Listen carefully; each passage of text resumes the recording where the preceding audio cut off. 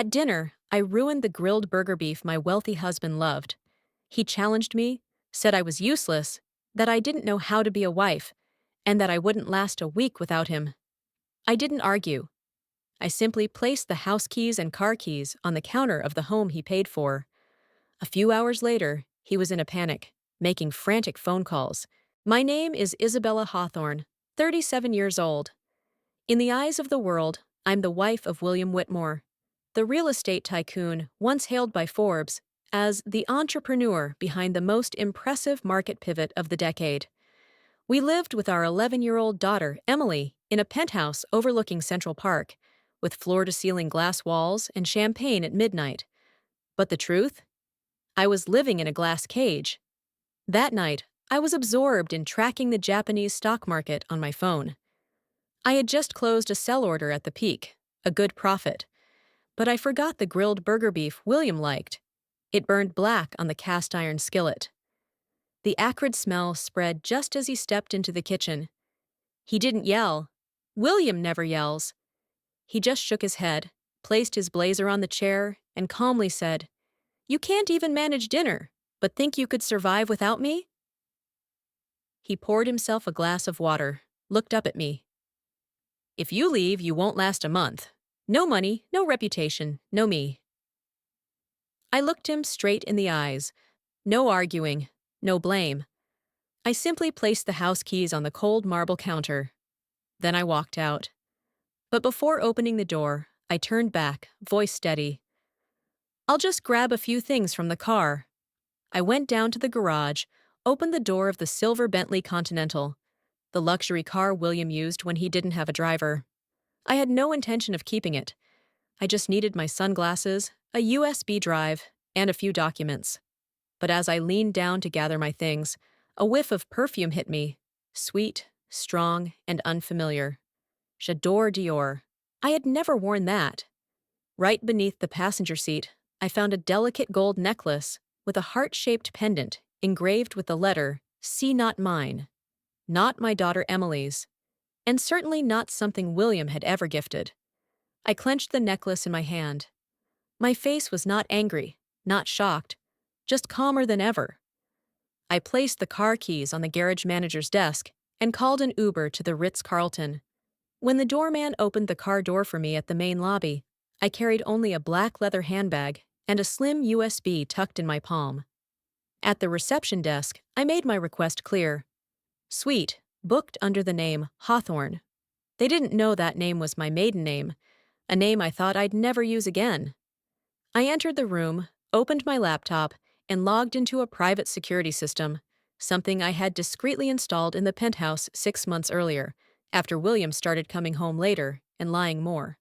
On the screen, the living room camera displayed William, no longer composed. He was pacing around, making frantic phone calls. "Call Michael. Wipe the accounting room's backup drive." What could she have taken? I took a sip of water. No smile, no pain. I simply remembered this. The man who once vowed to protect me for life was the first to panic when I stood up and walked away. I didn't return to the penthouse in the days that followed. Instead, I stayed at the Ritz-Carlton, like a ghost haunting the empire I helped build. Each morning, I traded from an old laptop, accounts registered under the second shell company I had set up 4 years ago. No one knew, not even William. On Saturday night, Michael, William's younger brother, hosted a rooftop party at the Lyra Bay Hotel. A quarterly investment team wrap-up, which according to Margaret, was part celebration, part unofficial shareholders meeting. I showed up unannounced, plain black dress, no jewelry, no highlights. I wanted them to think I was weak, invisible. The more they underestimated me, the easier it would be to slip through. William was standing next to Michael and 2 Japanese financial partners. He saw me from a distance, raised an eyebrow, then smirked at Michael. "Well, well, the First Lady is here. Wonder if she's going to make a speech? Or still busy with those little trading games of hers?" They all laughed. One of the partners, unaware, politely asked, "I heard you once owned a popular restaurant chain?" William cut in, "Oh, that was in a past life." Now she just dabbles in stocks for fun. A hobby. Not exactly a living. I didn't react. Just sipped my drink. But Margaret, standing a few steps away, gently placed a cocktail on the nearby table. Underneath the glass, a small white USB drive. I understood. The signal had been given. The game was on. I left the party early, not out of hurt, but because I had what I came for. The white USB, it contained nothing but a video clip under 90 seconds long, secretly recorded by Margaret a week ago. In it, Michael, after a few whiskeys, proudly showed off the offshore account system of Whitmore Group to a new partner, with a spreadsheet open on his laptop. In the corner of the screen, clearly visible, internal email, server name, and a password, or Whitmore_1990 at Secure Vault. A string of meaningless characters to most. But to me, it was the key to the financial basement the two brothers had been building for 10 years. That night, I returned to the hotel, turned off all the lights, sat in front of my laptop with a glass of cold water. I entered the password into Whitmore Group's auxiliary server, an access point reserved for top-tier executives. The connection authenticated. The files appeared. First line, wire transfers from the parent company to Lyra Wellness Holdings. A name I had never heard. But the listed legal representative, Carly Bennett. I didn't need more proof Carly was the mistress, but I hadn't expected William to use his own company to legitimize their relationship, masked as a women's health media project funded by an internal philanthropic grant. A phantom payroll account, quarterly payments nearing $250,000. Under the pretext of female leadership consulting, I sat in silence. Next came transaction logs with a bank branch in St. Kitts and Nevis, the tax haven where Whitmore Group supposedly had a real estate tourism office. But the documents Margaret had provided earlier made it clear. No staff had ever worked there.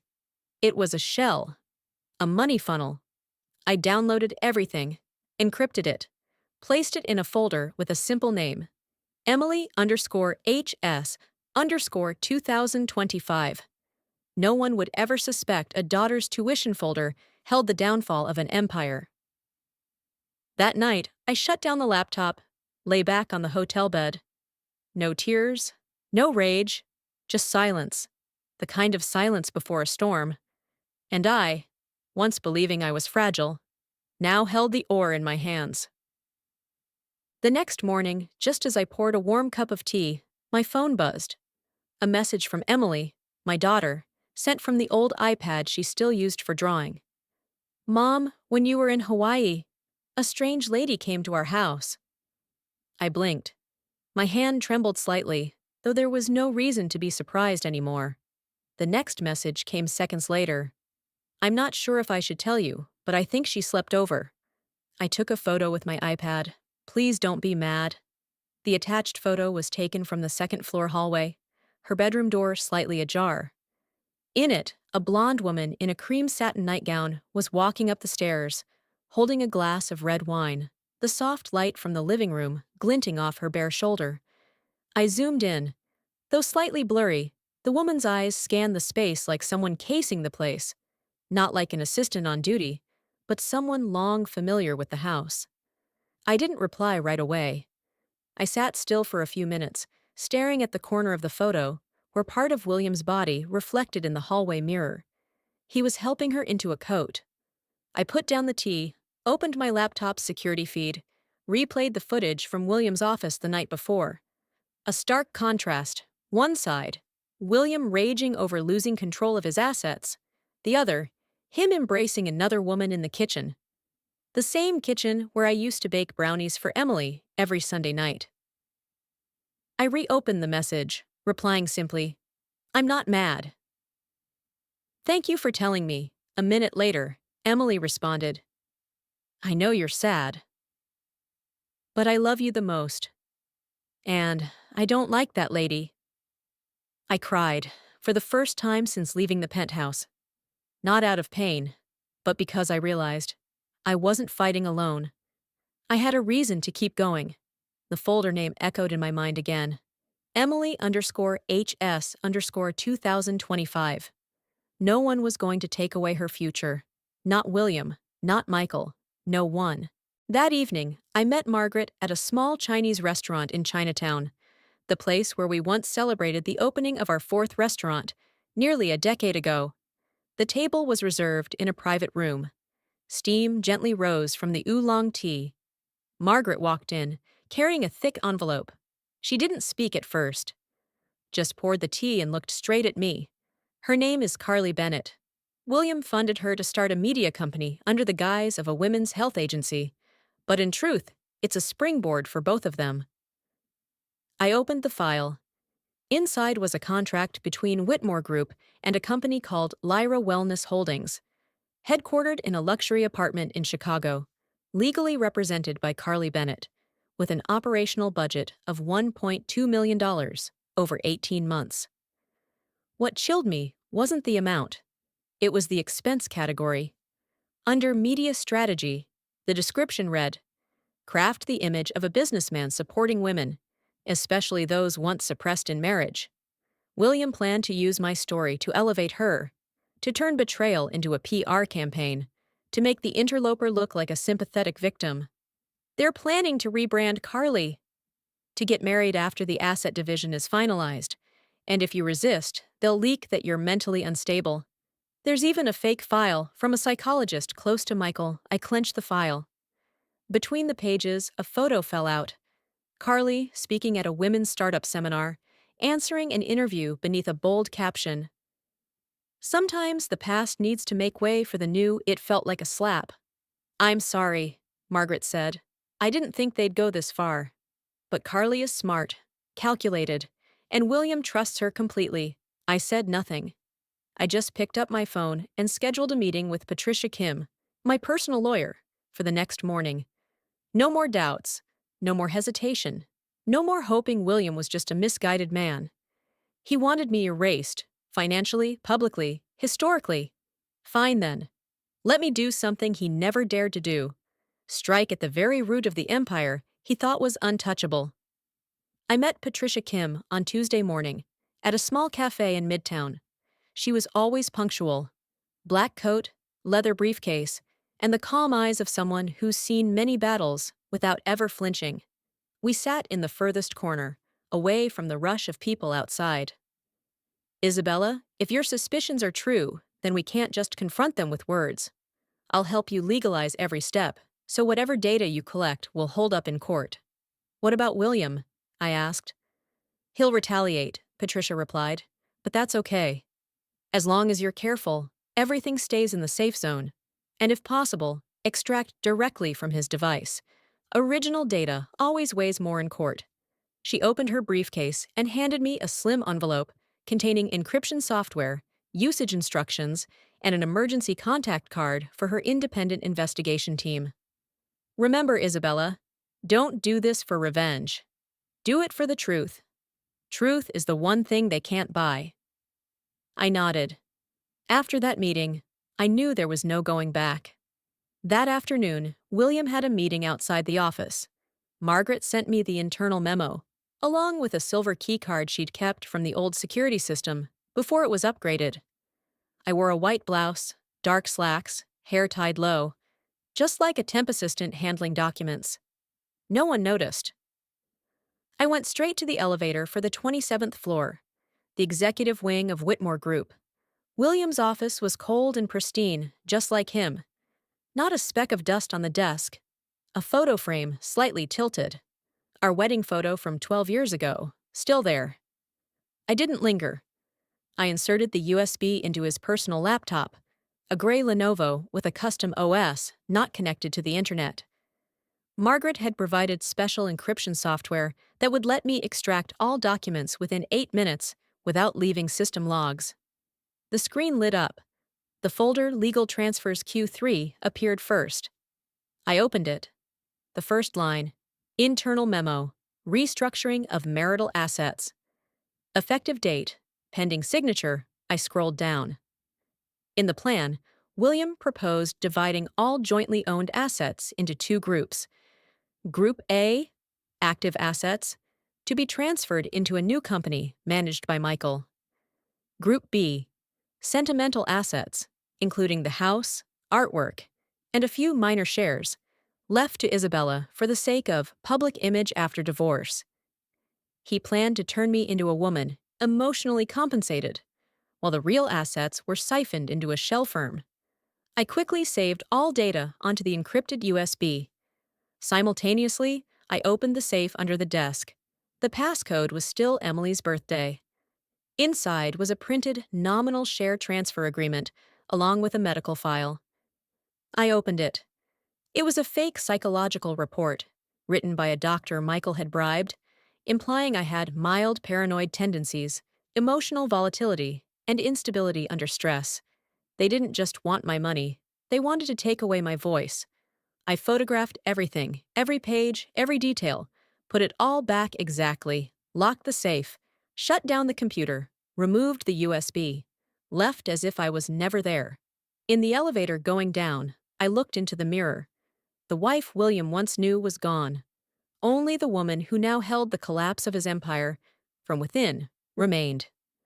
3 days after the infiltration, William changed completely. On Thursday morning, a Ritz-Carlton staff member knocked on my door with a bouquet of white lilies. No card, no note. But I recognized the handwriting on the delivery receipt. 10 minutes later, I received a message. I miss you.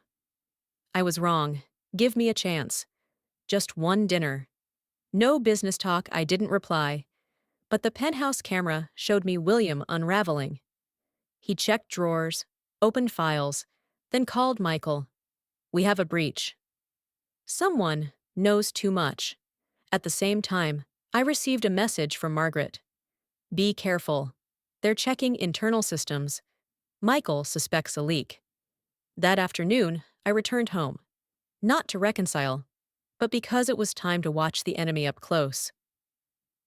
William opened the door, his face as gentle as in our early years. He placed a hand on my shoulder, eyes lowered. I'm sorry. I've just been stressed about the company. I lost my way. Dinner was already prepared. Red wine, soft jazz, the kitchen glowing as if betrayal had never tainted it. Emily stepped out of her room, holding a book. She paused, looked at the table, then at me, said nothing, but her eyes pierced my heart. After dinner, while William did the dishes, I sat in the study, reviewing my notes. I turned on the voice recorder, adjusted the hidden camera. Everything now was evidence. After Emily went to bed, I sat beside her, brushing her hair aside. She was still awake, whispered, Are you staying home now, Mom? I gently shook my head. Just for a few days. I need to learn a few things. Emily hesitated, then whispered, I heard Dad on the phone, he said. We need to regain the upper hand. I froze. She was only 11, but no longer as naive as I thought. Dad also fake smiles a lot. Like when you burn the ribs, he smiled the same way. I looked at her, my chest tight, not because of what she said, but because I realized I couldn't just leave for myself. I had to win, so my daughter would learn how to protect herself. That night, I quietly transferred all recordings, images, and files to a third server, an independent system managed by Patricia Kim. I named the folder Rose_Peninsula, like a sheltered cove where a single rose could survive, no matter how rough the sea. 3 days after that orchestrated dinner, William suggested we take a little getaway to rekindle things. Just the two of us. Aspen, like when we first got married, I nodded slightly. No rejection, no clear agreement, just a faint smile, enough to make him think I was softening.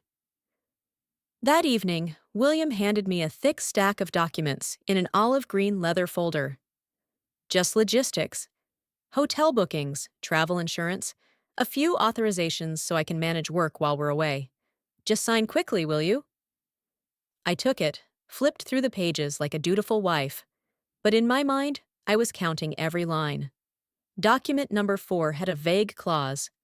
Derivative authorization of shares regarding non-core investment units. No specific entity, no expiry date, No co-signed attorney. I feigned a sigh, closed the folder, and set it aside. I'll sign tomorrow. I'm tired tonight. That night, while William slept, I turned on the bedside lamp and quietly photographed every page using a backup phone, the one I had hidden in my suitcase lining since the day I left.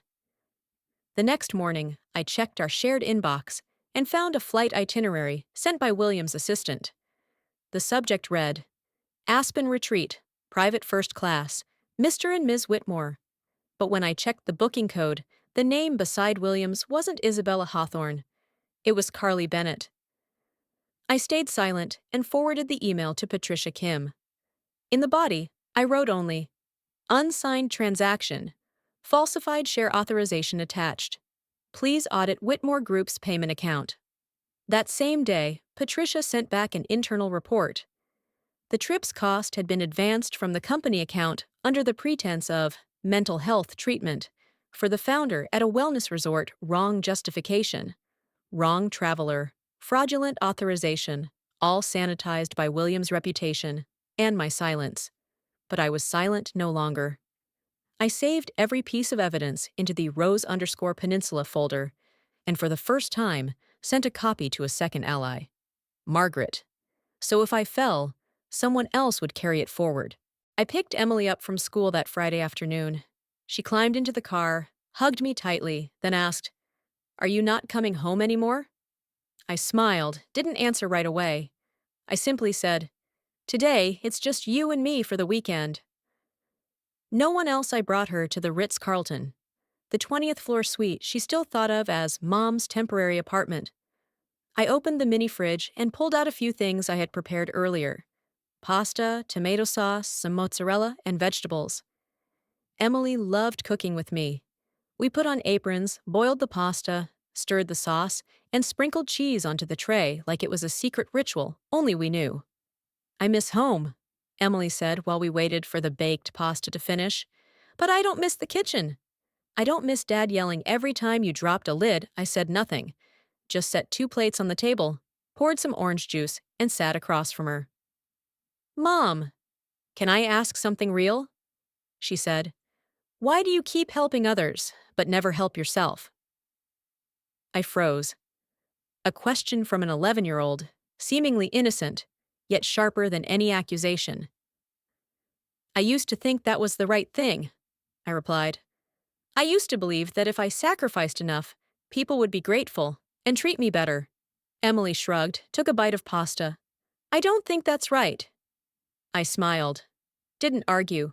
After dinner, while she watched an old cartoon we'd seen dozens of times, I stepped out onto the balcony and looked down at the glowing city of New York. My phone buzzed. A message from Patricia.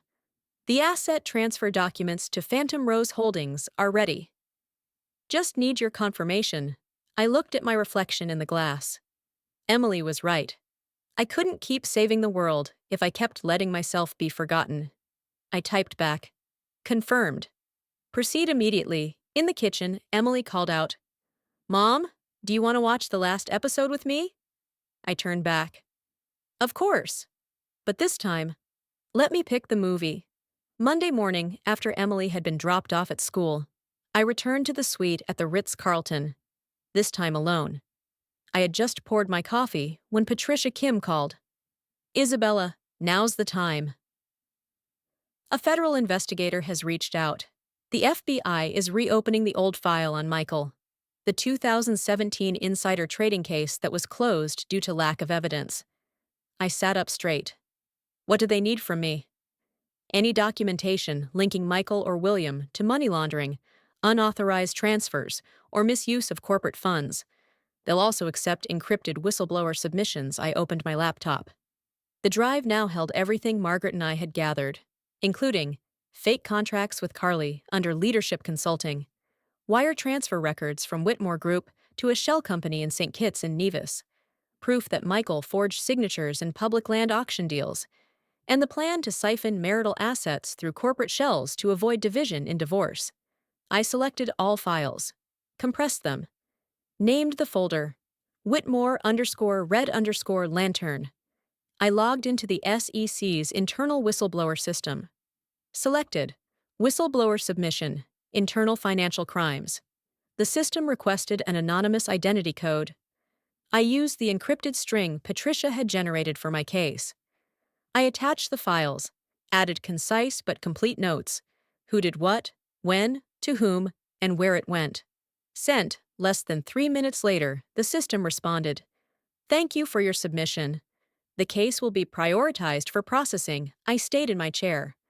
Opened a new tab. Contacted Patricia's FBA connection, the one who handled state-level laundering cases. I don't want rewards. I just want justice. And the truth revealed before they build a new story to bury me. I stared at the screen. William's face from the night I left flashing in my mind, the look of a man convinced I couldn't survive without him. Now? He was about to find out what losing control really feels like. That Friday, a small Whitmore Group conference took place in the ballroom of the Langford Hotel, where top partners and strategic investors held a closed-door meeting to discuss expanding the Nevada resort project. Michael chaired the session. William was absent, citing a personal sabbatical for renewal. I was there too, but not as Isabella Whitmore. I hired a private makeup artist, dark brown curled hair, clear frame glasses, gray blazer, and a name badge reading Grace Lau, financial consultant, Yarrow Partners. A real firm, but I didn't work there. I had borrowed the name from a firm that participated in a conference last year. With Margaret's help, I didn't attend the meeting itself. I sat in the hotel lobby, where assistants and partners passed through between sessions. At exactly 10:42 a.m., I saw Mr. Daniel Hirsch, a longtime Whitmore Group investor from Chicago, step out of the ballroom to take a call. I walked swiftly to the concierge desk, left a thick envelope in the internal mail tray marked Daniel Hirsch, confidential, hand only. Inside were a forged contract signed by Michael, transferring public land funds into his personal account, a wire transaction from Whitmore to an offshore account under a fake Cayman company, Carly Bennett's personal payments covered by Whitmore Group, marked Female Leadership Training, no outcome tracking. I left the hotel immediately. No one recognized me. I returned to my suite at the Ritz and pulled up the office camera feed Margaret had installed behind Michael's bookshelf 3 days earlier. That afternoon, Michael returned to his office, face flushed, and slammed the documents on his desk. "Who sent this to Daniel?" he shouted. "Was it someone on the audit team? Bring the entire finance staff in now." At the same time, William called. His voice was shaky, tense. "Daniel sent me a copy. They'll pull funding if this is legit. Fix it." Michael slammed his hand down. "I told you, we should have cleaned it all up last month." I watched silently from the screen. No need to be in the room, no need to yell. With just one nudge, at the right time, to the right person, I had seeded doubt within the blood-bound alliance. From within, they were starting to turn on each other. That night, I placed the USB containing everything back into the mini-safe at the hotel. On a sticky note on the drive, I wrote just one line: "Check your accounts." And the next morning, I left the Ritz. Without a word. Monday morning, 6:47 a.m., my phone buzzed. A single message from Patricia Kim. "It's done. 0730. Terminal D. I turned on the TV, tuning into the financial news while brewing coffee.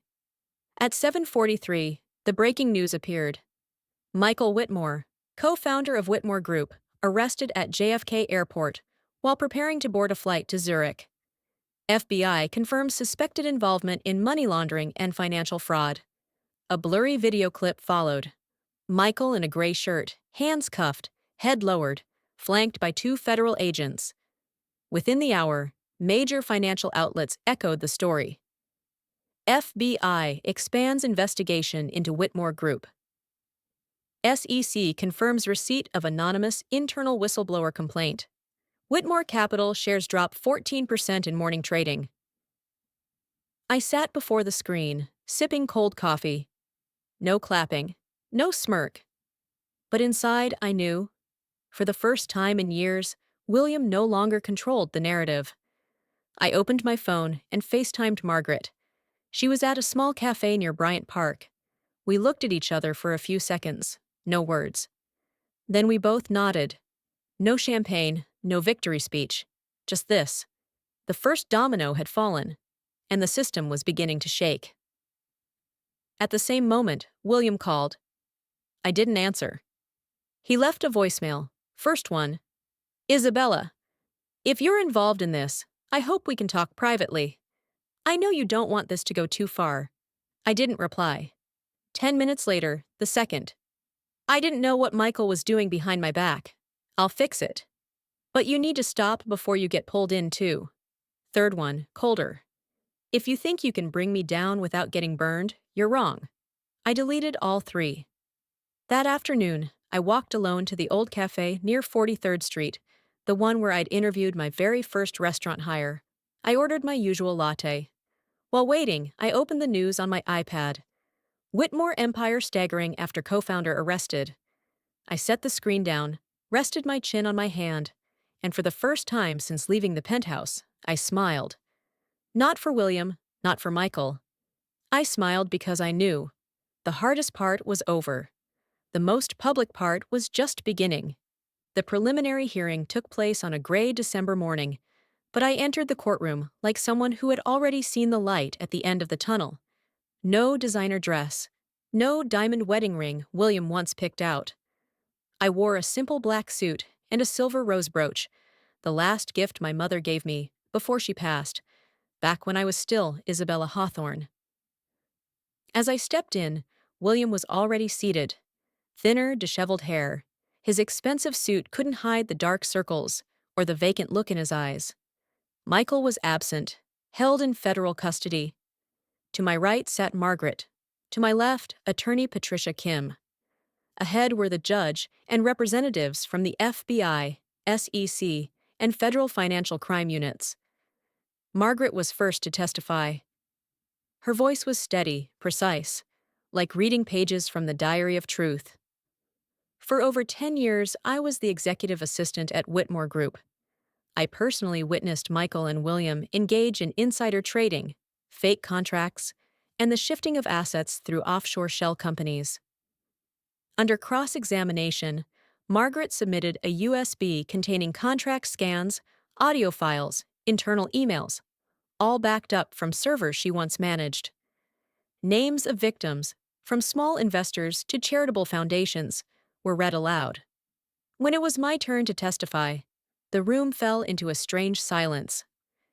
I spoke of how I invested all the earnings from my restaurant chain into Williams Ventures, how I secretly learned stock trading, how I accidentally discovered an audio clip in the Bentley where William described me as a manageable asset, how Margaret and I gathered evidence at parties, late nights at the office, when no one was watching.